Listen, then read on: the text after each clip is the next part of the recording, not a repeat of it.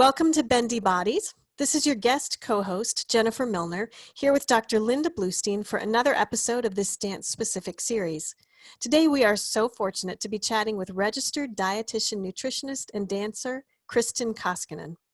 Kristin pursued a career in dietetics to find the answers to her questions about nutrition and its impact on health and performance. She owns a private practice where she offers virtual nutrition counseling with a focus on performance nutrition. She incorporates the functional aspects of food in her approach to help artistic athletes of all levels, including those who've retired from dance. Her integrative approach recognizes that nutrition isn't just about the food you eat. It's important to take many factors into consideration, including individual biochemistry, environment, cultural influences, social norms, and body image, especially when working with dancers. Kristin is a founding member of DanceMed and is regularly invited to speak on topics related to dancer health, and is a frequent contributor to media including Dance Magazine, Shape, Oprah, Healthline, NBC, and Today.com.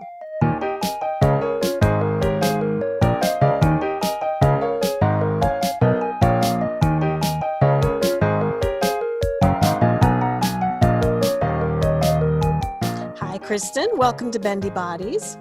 Hello, thank you so much for having me. Absolutely, I can't wait to dive into our topic today. So before we start with the questions that we have lined up for you, can you give us some background on your life and just how you ended up as a nutritionist? Sure. Well, as you mentioned, I'm a dancer. I grew up dancing in a pre-professional ballet company. And there was a lot of talk about diets and weight loss, but not much about how to eat to support performance. Nutrition was essentially equated with weight loss. And in the culture then, as there unfortunately is now, thinner meant being better. It was better in ballet. And by the time I was 12 or 13, I found that I was restricting what I ate to watch the number on the scale go down. I was a normal weight and no one had ever suggested that I should lose weight, but it was clear that thinner dancers were serious dancers and I wanted to be taken seriously. But in spite of that, interestingly, my artistic director was the first person to introduce me to the concept of nutrient timing. And that's the idea of what to eat and when to support your performance. And that, combined with watching Rocky Balboa swallow raw eggs, were really my introduction to sports nutrition. So then I retired from ballet and I went on to college where I switched from ballet to cheerleading, and I studied biology and psychology, intending to go to medical school. However, my biochem prof knew that my end goal was nutrition and recommended that I switch gears to pursue a master's in nutrition, which I actually did. After I finished school, I worked as a clinical dietitian. That means I worked in a hospital setting. And then I took some time off to be at home with our 5 kids, and I even homeschooled them for several years. I love teaching. I find it really rewarding, and that was an interesting part of my life that I wouldn't have forecasted. So then as the kids grew and went to school, I decided to go into private practice because I wanted to practice functional nutrition, and I really wanted to be who I needed when I was dancing and who a lot of people need when they're looking to take care of their own health and well-being. You know, healthcare is what we do at home. Sick care is what happens in hospitals. When I was working in a hospital, I was taking care of sick people. I really wanted to, which is wonderful, and we absolutely need that. I just wanted to be on the other end of things, giving people more control over their own health and destiny. So I take a holistic approach in my practice where I emphasize long-term health and wellness, using food and nutrition to support the body's natural processes, including recovery, athletics, immunity. And I really try to emphasize how foods make my clients feel. Sometimes the emphasis is more physiologic and sometimes it's more emotional, but we're always mindful of where we're sourcing and how that goes. There's so many things about that I love, including the concept that healthcare is what we do at home. And hopefully if we do that, we don't end up at the hospital needing this sick care. So Exactly. that is a great way to look at it. It's not really a luxury to be trying to eat healthy foods. It's a necessity. It's like prehab instead of rehab. Oh, exactly. I love that. When I talk to our, and they're, we share friends, our dance PT friends, it's the same thing. They, what we can do ahead of time is so much more powerful than if we wait to fix things. The prevention, it really is the best cure. Mm-hmm. Absolutely. I agree with you. One of the things we look at in the circles that the three of us travel in is that balance between dancers being the artist, but also being the athlete. And so many times we work on finding that perfect aesthetic, right? Trying to make ourselves look a perfect way. And in my line of work, it might be that they're cheating the way their hip is used to get a beautiful line when that's just not physiologically how they're built. And in your line, it might be cheating their fueling in order to have a specific kind of aesthetic and a kind of look.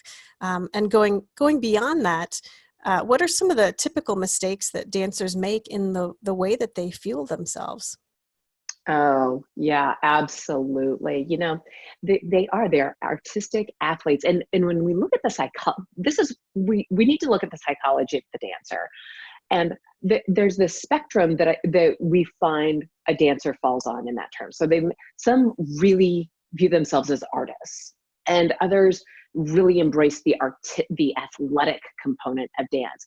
Most people fall someplace in the middle, but no matter what, they are artists. And this idea of line, ballet is really kind of my main area, and line tends to be, we look at the beauty of a thin line. And so we drive a lot of thin ideologies, which drives dancers to undereat, which drives them toward fad diets. And some of the diets they even pick up may actually have an appropriate role for other people. Keto is a big one. Like keto can be used therapeutically for great results.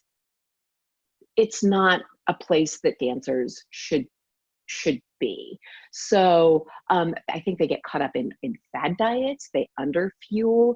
They use artificial means to elevate their energy levels, which is really just robbing yourself from another day, whether it's caffeine or energy drinks or sugar.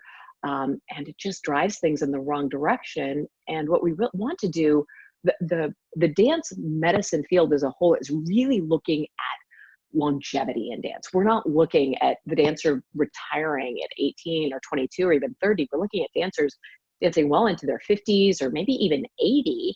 And what you do now impacts how long and how strong you can dance. So did I dance around the question? Nope. I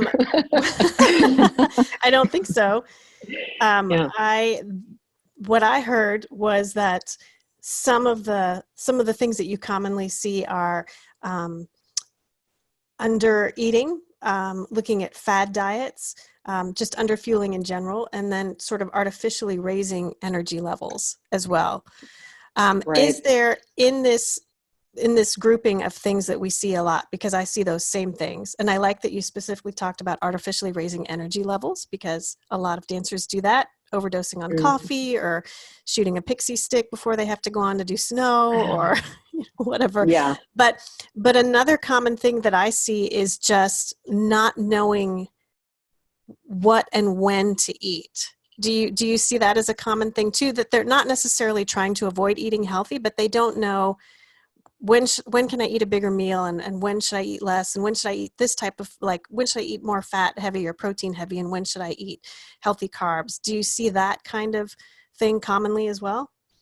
All the time. And, and that is okay. That's actually a decent place to be, because that's sports nutrition. That's specific knowledge that we want to layer in to a sound diet. So this is so if I'm working with a dancer or any athlete, but specifically dancers, we want to have a foundational diet the trick is we need to be able to shift what they're eating depending on a lot of factors. So those factors could be where they are in their season, whether, it is before whether it's Nutcracker, whether it's before audition, if we're looking at the audition season, after we're coming off of Nutcracker and maybe a little bit of a break, and then driving into the audition season during the winter, and some associated issues there. Are they getting ready for summer intensives? How are they going to eat during intensives? So all these things make the particulars different, and they're going to be different for each person. I really try to work with dancers to to build flexibility into their diets and meal plans. One of the ways I do that is with what I call the Ballet Bento. And about 2 years ago, I was really thinking about how can we educate dancers and provide real food solutions for them, whatever their needs are, that also turn them away from disordered eating. And I got thinking about it, and the bento is a beautiful tool for this. I use the bento as a tool. If I can start a dancer at 8 years old, it's perfect. Kids at any age can do this. Dancers, dance professionals, PTs use these. Oh, I do it. You got me started doing it. Right, exactly. And I did it because of this. They're portable. You can take your healthy foods on the road. My dancers have been working with shelf-stable foods for a while, because you can't depend that you're going to have refrigerator space, or, if you're at the theater, that taking a cooler may or may not be an option for you. If you're traveling, that may or may not be an option for you. So we work on these things in the beginning. And with the Ballet Bento, the one I use has 6 compartments, and that lets us build things up and prepare for the unexpected, because there's always unexpected. What if you're more hungry? What if rehearsal runs long? What if you only have this much time to eat? What if you can only get your nutrition in 3 bites? A big salad is a beautiful food, but that's not a good idea if you've got 5 minutes to get in what you need before you're being called back, because guess what? We're going to run it 3 more times because we flopped it before. So creating flexible strategies that a dancer can go to and create on their own is really foundational to my work with this community.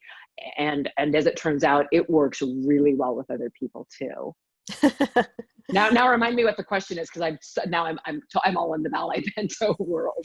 No, you answered it, because we were talking about starting out with a baseline of coming in not knowing what to eat and when to eat, and dancers might feel like that's a terrible place to start, but you were saying that's actually a great place to start, because that's something that you can work with, and then trying to find ways to learn how to do that in a flexible way, learning how to, like you said, create flexible strategies. And as we all know, dancers are masters at dealing with the unexpected and love being flexible and living in uncertain times. I'm saying sarcastically. So dancers very much want rules that they can follow. And it sounds like part of what you do is teach them, here are the basic concepts, and now you have the tools to figure out how to work within this structure. Absolutely. And you're right. And the bento creates that structure. We are all about, and that is dance. We have structure. Someone's always telling us what to do. There's a mirror. Someone says, you're right, you're wrong. There are all these, the fundamentals and technique. After that, we can flex it out. But even with the parameters of a bento, where hey, you're going to put some protein in here, and we can look, if I'm working with I can give general recommendations and put lists together to help people get started. If I'm working with someone specifically because they have specific needs, they really want to dial in their performance, they have a health condition that we need to do, we can still have lists of these are your options, and now do it. And it's reliable, and it can take a lot of pressure off. And remove a lot of anxiety when you just know you're going to be okay, and it's very figure outable. Mm-hmm. That sounds completely doable, and it sounds like it gives dancers the flexibility they need. So I love that concept. Like I said, you got me You already have me doing it. Yay! I love it. I do too. And Yeah. every time I make one up, I look at it, I'm like, oh, this makes me so happy. Awesome. I love hearing that. That really makes my day. So it's great to have that flexibility. It's great to have that knowledge of knowing that you can have that structure and then have stuff to put in it.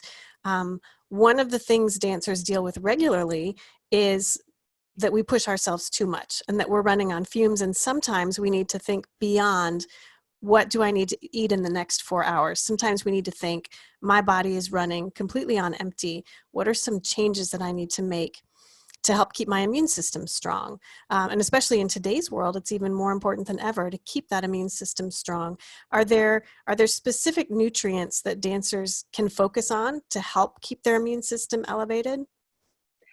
Absolutely. So they're, generally speaking, I'm always going to go back to, we want a foundationally strong diet. We want the fuel you're putting in your body on a regular basis. It's, if that's the tank, we don't want to run our tanks down to zero, and we want to have these nutrients and accessible on the regular. We don't want to just fill the tank, top it off, and then spray the entire car with things thinking that that's going to solve the problem. So let's start foundationally. And if we're not there, that's okay. We're going to start where we are.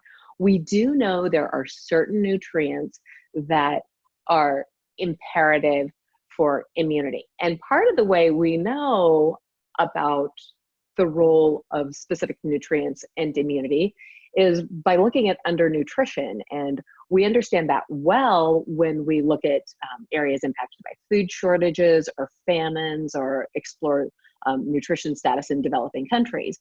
However, we can impose the same nutrient deficiencies on ourselves by dieting, under fueling, not paying attention, not practicing the self-care of eating the foods our bodies actually need. I think immunity really gets pushed to the side with dancers because they tend to operate, it's in the here and now, it's in this performance, it's in this, versus for the long term, you're going to need this immunity strong and going.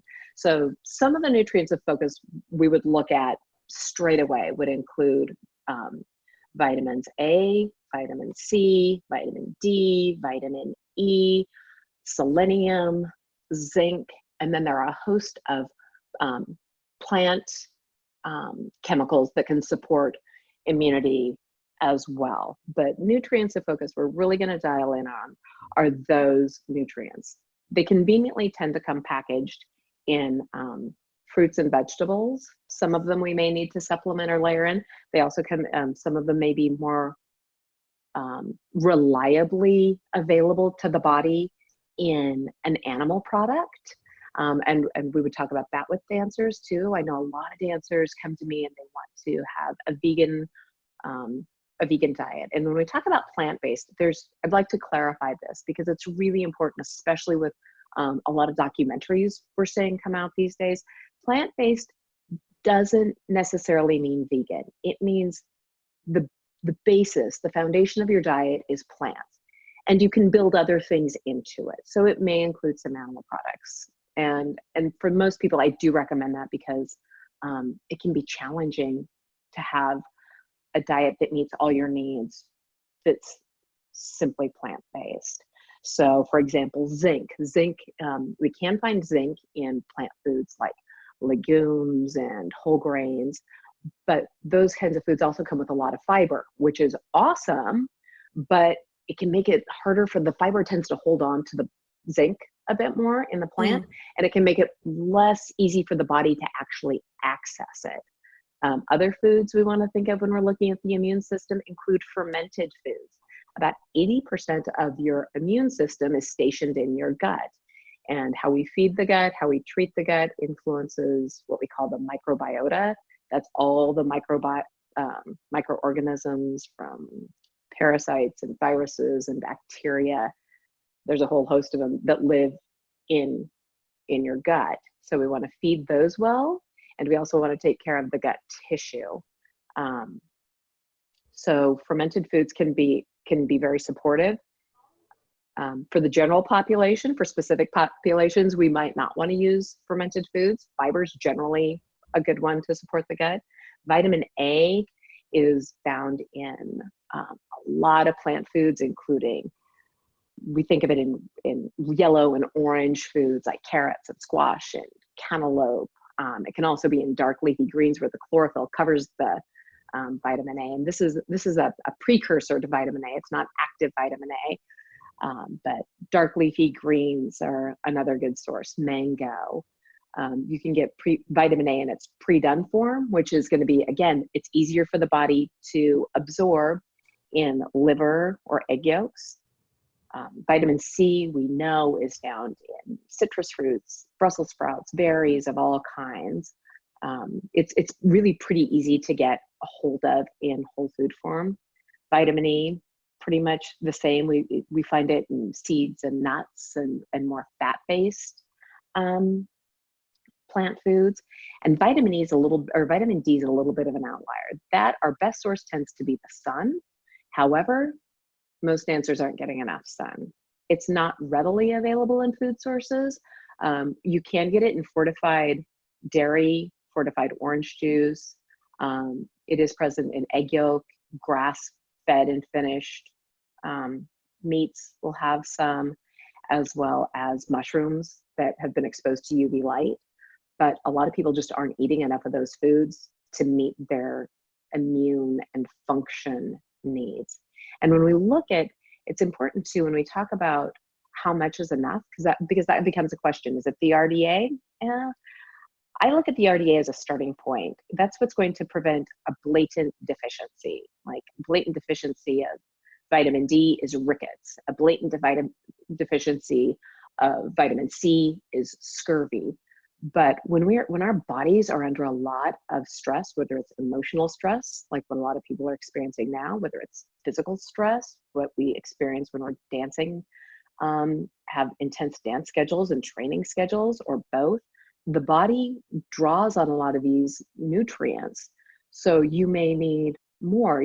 Some people may even need some additional support from supplements. Stress is a big one. And what people may not understand is your body doesn't disseminate between physical stress and emotional stress. It reads stress as stress, and it's going to fight or flight comes into play. And your adrenal glands control a lot of the hormonal processes that drive these responses. And your adrenal glands also house most of your vitamin C, which is a good indicator of how important it is for the stress response, because the location makes it very rapidly accessible to producing the hormones you need for a stress response. And so if you're under a lot of stress, your vitamin C demand may actually escalate. So if you've been under a lot of stress, what people find is like, oh, I was under, wow, I got so busy. It was nutcracker. And then I just like crashed and got sick. Or they find they're under a lot of pressure and then they crash and get sick. It may be in part because they're burning through their stores and they're not refueling the vitamin C stores to the degree they need to on the regular to keep them healthy. And that may be part of the crash. There are other things too, but it can be a contributor. Vitamin D, not getting enough vitamin D because dancers don't go outside. They don't expose their skin. Even when they can go outside in the summer, if it's summer break, they're at intensives. So, we've got to address that and make sure that they're covered. Absolutely. I love, it sounds to me like you're not saying eat almonds and you'll be fine. I think we as a society love to find that next big thing. I know for a while it was goji berries, right? Or whatever it is. And people think, well, I'm just going to eat a bunch of these and I don't have to do anything else. And I think we were realizing there's no magic bullet, that it's a wide variety. And there are lots of great superfoods, but there's not one superfood. And so we have to get a wide variety, is what you're saying, which we all hear, but we don't like to believe because we love shortcuts. Right. Well, and okay, so I'm going to tell on myself a little bit here. When I was dancing, I saw Total Cereal, okay? And it was like, Total, it's got 100% of all these things you need. And my logic was, if I just eat Total Cereal 3 times a day, boom, I've done it. And I don't have to think about it anymore, right? I got 100%. Yeah, that's not the way that works, sweetheart. So, and when we're getting our nutrition from food, we're getting what I call the speck of dust theory. So the emerging science is always emerging. We're always learning more. And when you get your nutrition from, the whole food source, like potatoes or carrots or grapes or whatever, you're also getting phytochemicals, which we don't classify in the federal government doesn't regulate that. They don't monitor it. It's just not something that's there, but they're super important. So resveratrol, quercetin, rutin, these are all foods, or these are all plant compounds that come in your food that support immunity, that are anti-inflammatory, that are best taken in food form. So yeah, when we eat the food, we're hitting those bases, and there is no one food. It's really a broad swath of foods is our best bet. If we need to limit foods for certain reasons, like right now, you can get what you can get because that's where we're at. You go to the store, you may not be able to find things. We can work with that, but on the whole, in normal circumstances, definitely go for a broad variety of plant-based foods and layer in well-sourced animal products. Okay, I love that. I do want to get into supplements, and I know Linda has several questions for you on that. And to start that off, though, I wanted to circle back to, you mentioned fermented foods and how important they were for the gut. Do you include, or do you see a place for probiotics as well, which I know is a supplement, but do you see probiotics being as effective or helpful as the fermented foods? Yeah, I think that, And I'm depends talking about capsules as well as Yep. Taking yogurt, but also the capsules that you can take to try to increase that. Yeah, I think probiotics definitely have a place. And the interesting thing is when we talk about probiotics, there's not just one, and we can actually look at what different strains of bacteria offer different benefits. And depending, and I'll tell you this, the answer is always going to be, it depends. So in the general community, yes, probiotics can typically be beneficial. If we want to get really specific and we have specific health concerns, we might want to look at what formulation of our probiotic we're using. For example, someone with allergies may benefit from using a particular strain of probiotic. If someone has what we call small intestinal bacterial overgrowth, SIBO, small intestinal bacterial overgrowth, we may not want to do that because there's already a problem where bacteria are where they're not supposed to be, and we need to resolve the underlying problem, and we don't want to necessarily fuel the fire with throwing more on. That's going to be a specific case by case measure. Even with the fermented foods, if we're looking at the dancers specifically with hypermobility who may have mast cell activation concerns, histamines can be a problem, and we're going to say, no, we don't want to do fermented foods there because that can drive other issues for those dancers. So it starts to become a little bit of a dance with the specifics. Generally speaking, yes, but when we're looking at the human body, N always equals 1. What works for me will not necessarily work for someone else. What works for me today may not work for me in 10 years, may need to be shifted depending even on the day of the week, where a person is in, or a female is in her cycle, where we are in the calendar year, where we are in our work year, where we are in the seasons. So we're always mindful of these things and how we may need to shift and adjust. Excellent. Thank you. Yeah. And I'm really glad that you brought up SIBO, small intestinal bacterial overgrowth, because that is something that people with hypermobility disorders are definitely at increased risk of having. And they can have a lot of those symptoms of, bloating and, discomfort after meals and things like that, that are vague enough that it can take quite a bit of time before they can actually get that diagnosis. So I'm really glad that you brought that up, that while probiotics might be really great for one group of people, they're not going to be great for for another group of people. So Right. that's so Yeah. important. And what are your thoughts about supplements in general? And are there certain circumstances under which you do encourage supplements? My idea on supplements in general is we want to start with the diet, and then we use supplements to do just that, to supplement, to build in where we may have gaps.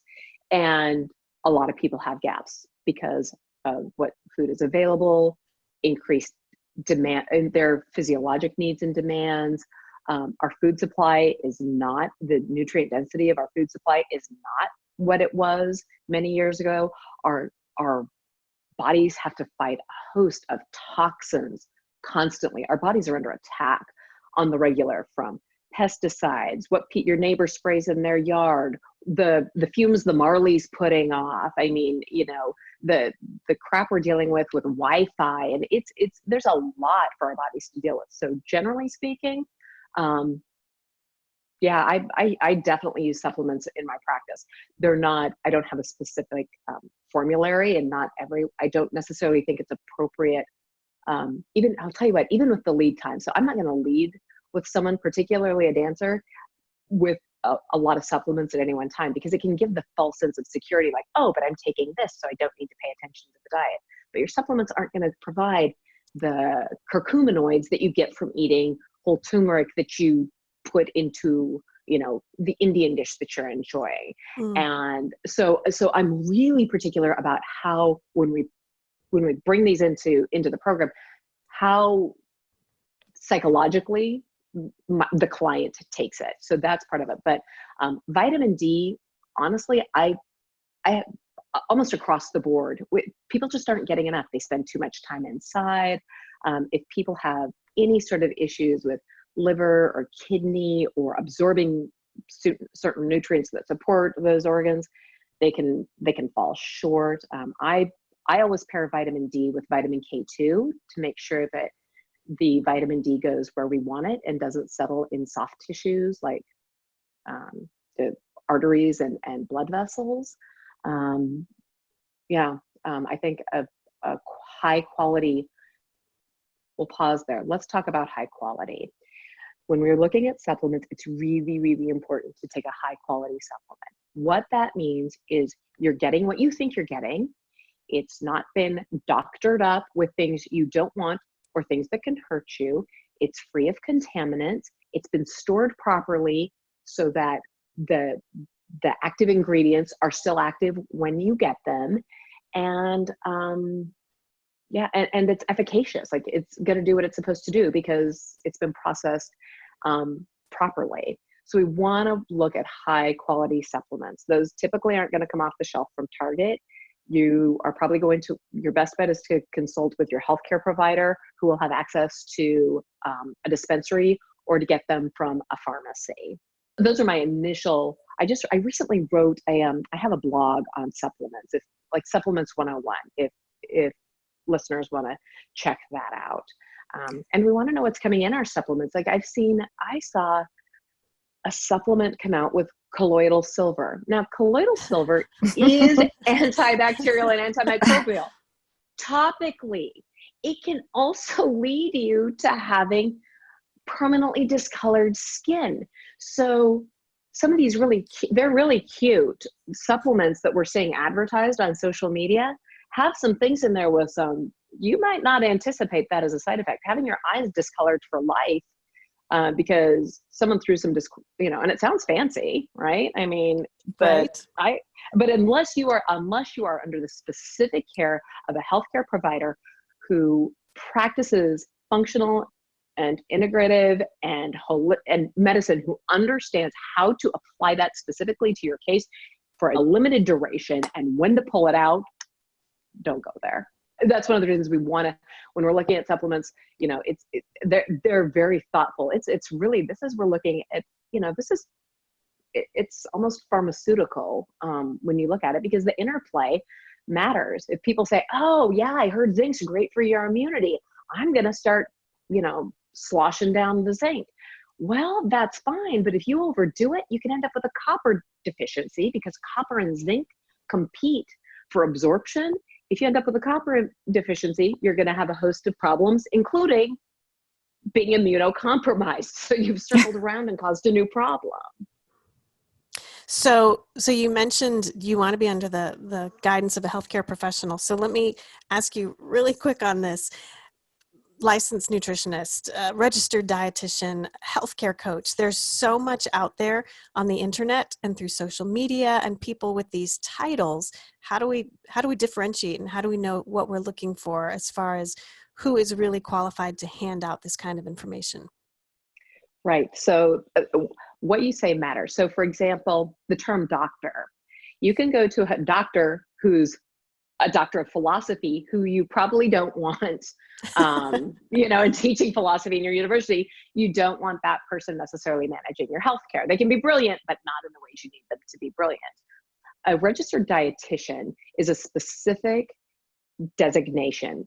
Registered dietitian or registered dietitian nutritionist is the same thing. It's just how we choose to, it's a moniker choice, but that's the same as someone who puts letters after the name. It's a legal designation, just like MD for a medical doctor, a DO for a doctor of osteopathy, an ND for a naturopathic doctor, a chiropractor, a doctor of physical therapy, a DMD, a DDS. All these healthcare providers have regulations based on, they have gone through a process to get where they are that is outlined and consistent. So for a dietitian, that means they have a minimum of a 4-year degree with coursework that includes, but it is not limited to, biochemistry, microbiology, physiology, nutrition sciences.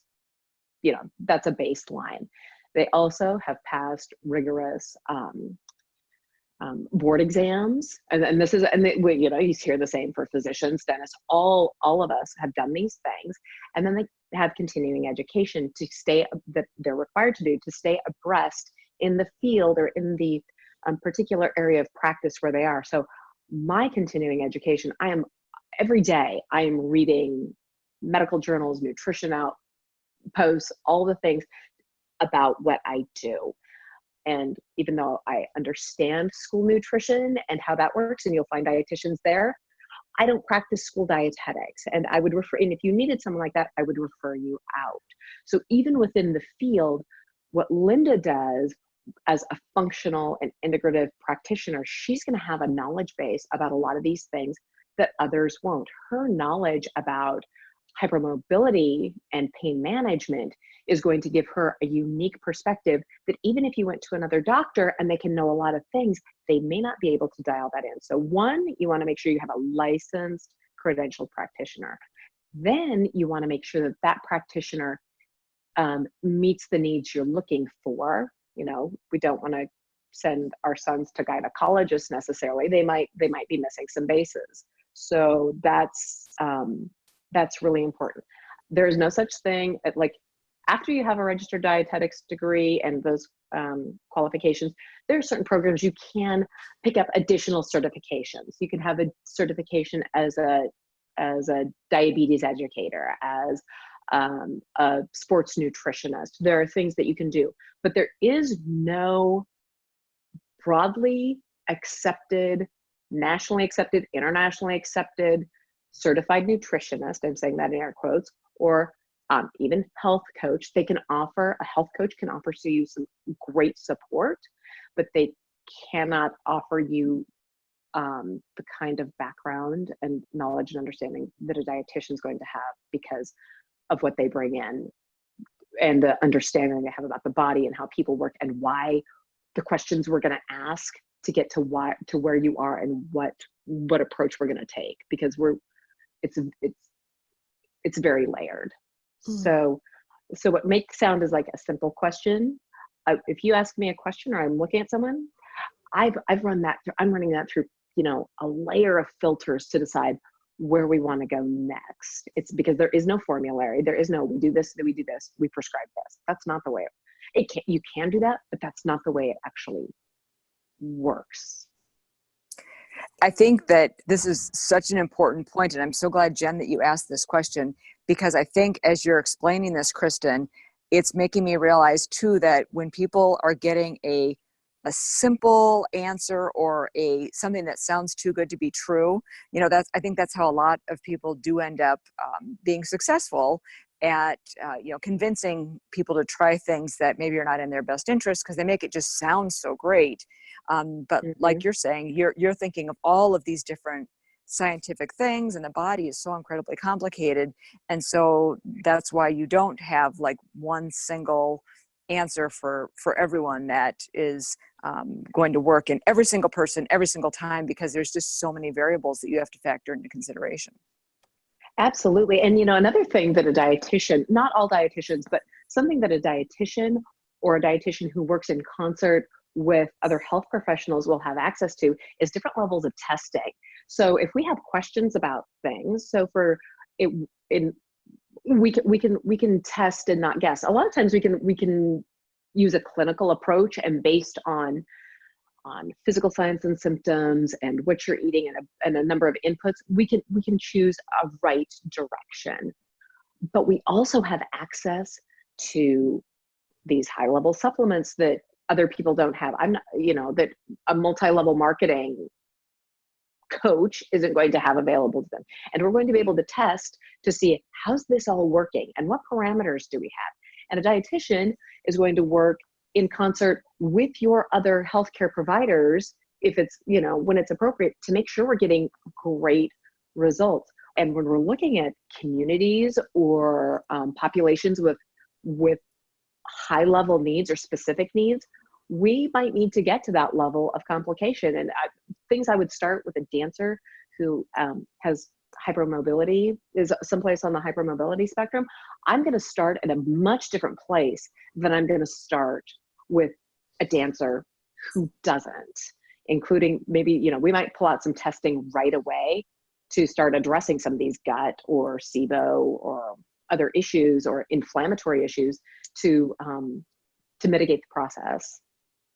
And what test results would you want to see in a perfect world? And let's say it is somebody with hypermobility. When you're first starting to see them, what test results would you like to see?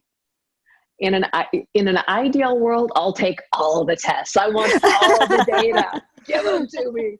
I'll sort through it. I love it. I want everything. But that's not really reasonable.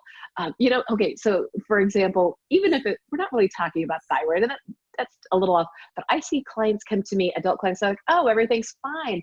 I don't have a thyroid. My primary care provider did a thyroid test, and they took one parameter out of at least 4 that we want to look at to actually gauge where you're at. It's like, oh man, that one TSH, no, that's not the end of the story. So right. I want to see the depth of testing too. If I had to choose, my top picks would be, I would go for a micronutrient panel, and I would go for an MRT test, because in my practice, I found a lot of success using the results. An MRT test essentially looks at what foods a person specifically has adverse reactions to. So, and they can be even healthy foods. So I have a client who is she's really reactive to quinoa, basil, chicken. I mean, things that people think is healthy foods, bananas. Right. And when we took those out of her diet and were able to give her other healthy options, her eczema went away, brain fog cleared.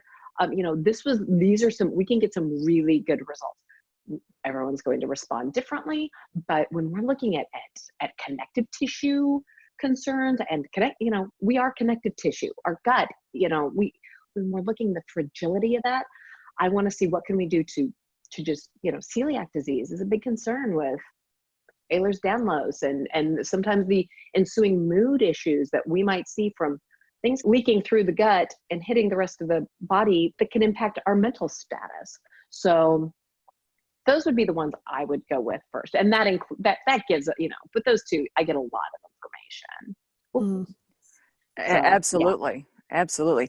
And when it comes to the hypermobile population, whether they have Ehlers-Danlos or hypermobility spectrum disorder or a different hypermobility condition, but for that population, which of course we know does affect dancers more than the general population, how do you approach their diet differently than a non-hypermobile person's? Well, someone with hypermobility is going to come in with a lot. They're going to have some other. We're looking at them differently because they're going to a lot of times come with different health concerns. So like we talked about SIBO or GI distress or, all these things that we want to approach first. So my first approach is going to be, I'm going to look at the gut. We're going to talk about nutrient timing and a lot of those things and maybe more the sports nutrition performance items a little later, because if we put that ahead of tending to the gut, we're going to miss a lot. So I want to make sure that that GI system is in the best form we can get it. And it may not be perfect or ideal, but we want it at its best, whatever that is. Just like extension, what your feet are, we want them to be the best they are. We can't cheat this. So a gut-friendly diet, maybe in part removing offending foods. So foods that are pro-inflammatory. We know there's some known pro-inflammatory food choices: gluten, soy, corn, dairy, sugar.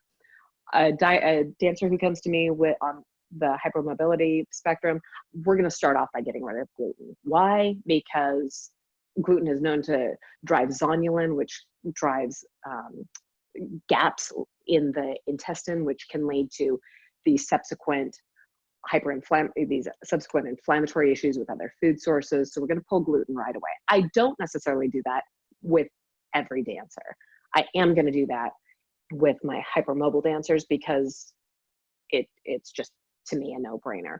We're going to look at the kinds of fiber that work to support that gut. If they're coming with some other, known issues, do we need to rule out SIBO? Do we need to do some specific testing for that? A lot of that I'll have them do with their primary care provider because it tends to be cheaper, easier to do.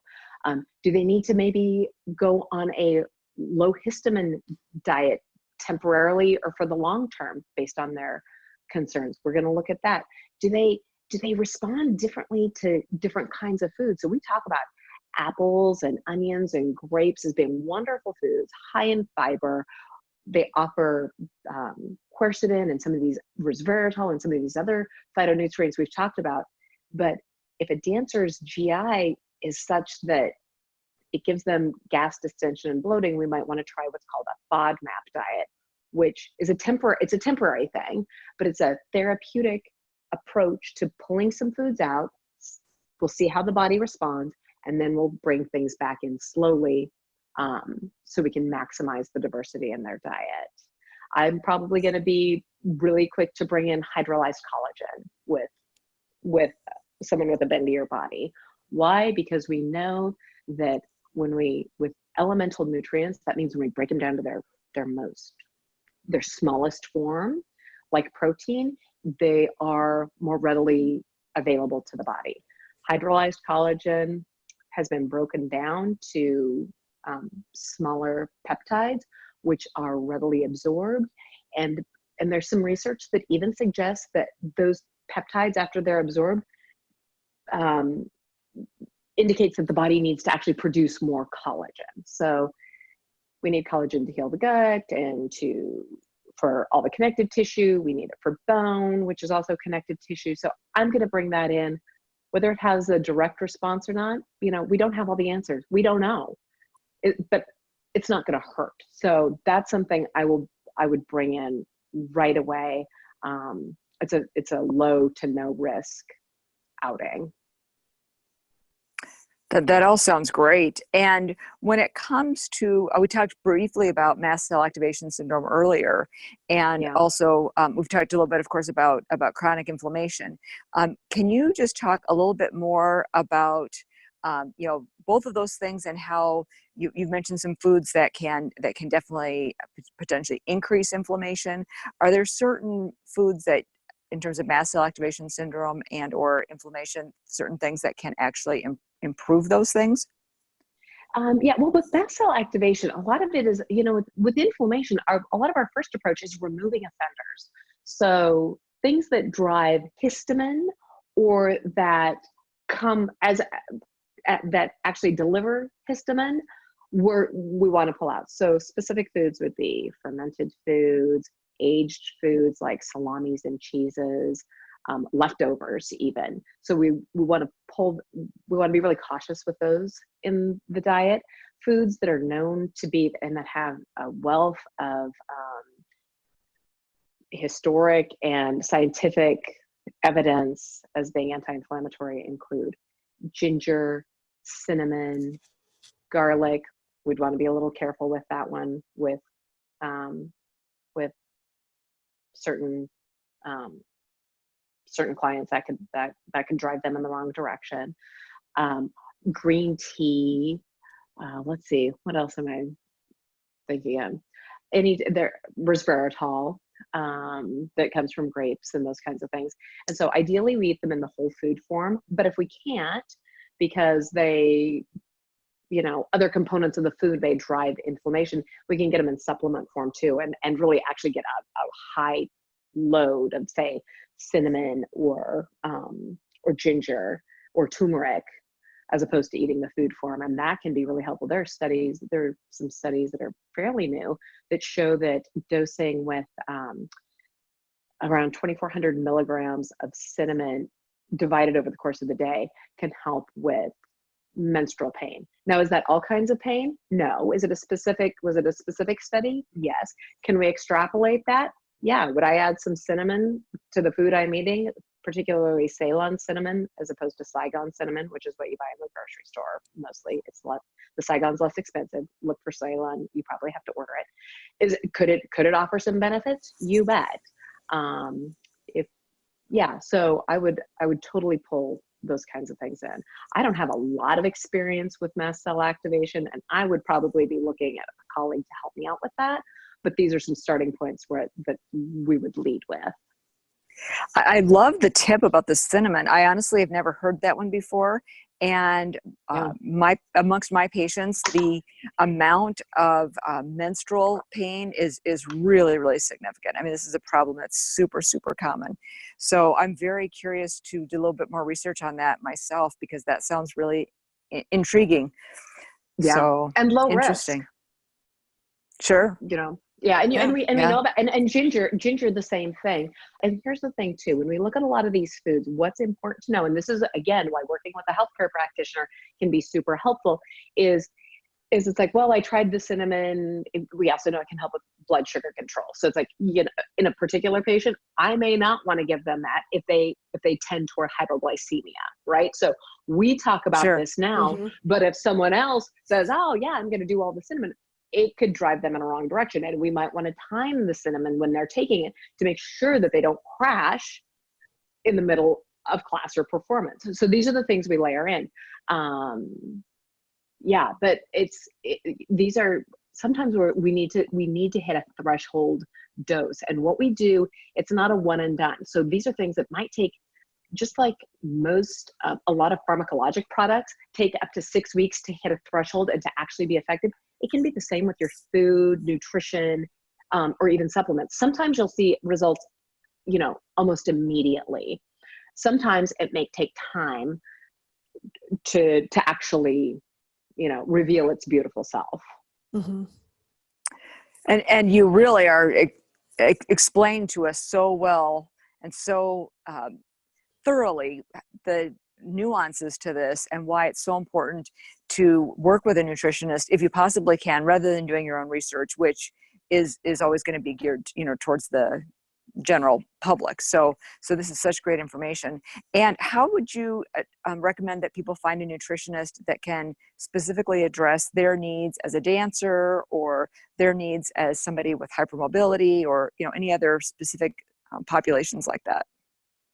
I would recommend dancers head over to the International Association of Dance Medicine and Science, which we affectionately call IADMS, IADMS. And I think if you search iadams.com, you'll go to the website where there is a directory of dance medicine specialists who that's what they do. They work with dancers. And you can contact, and a lot of them work virtually because, one of the brilliant things about COVID is we are, a lot of us are now, I work virtually, but a lot of us are working more virtually.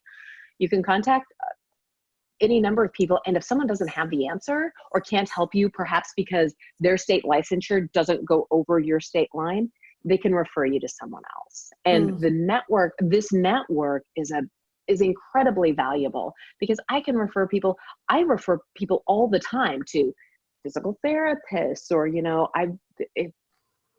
to Linda, hey, check out Linda's site.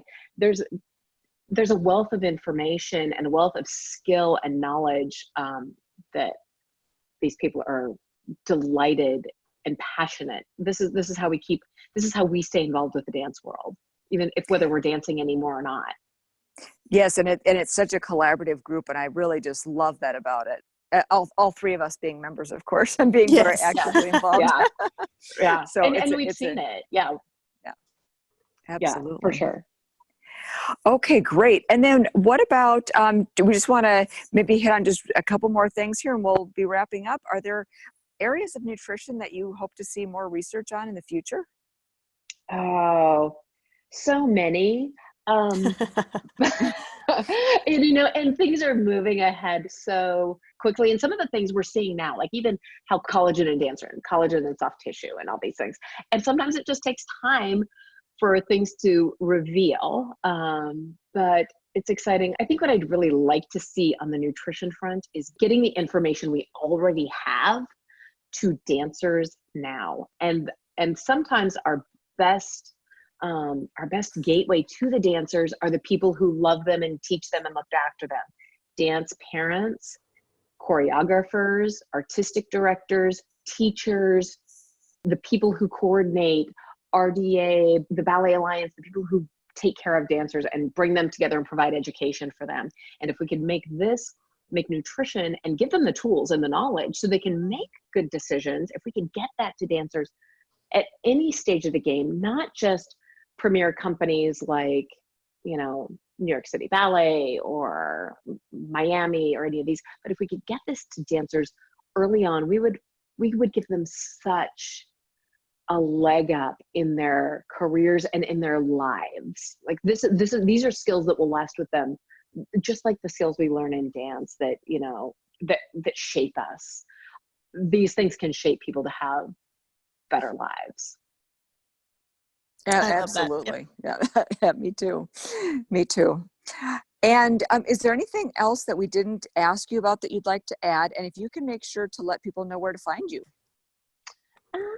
Gosh, I think we covered pretty much everything. If there's anything that comes up, maybe we can do a part deux and things, and keep this encapsulated. Yes, I'm glad to have people reach out to me. They can find me on my website, which is www.eatwellpros.com.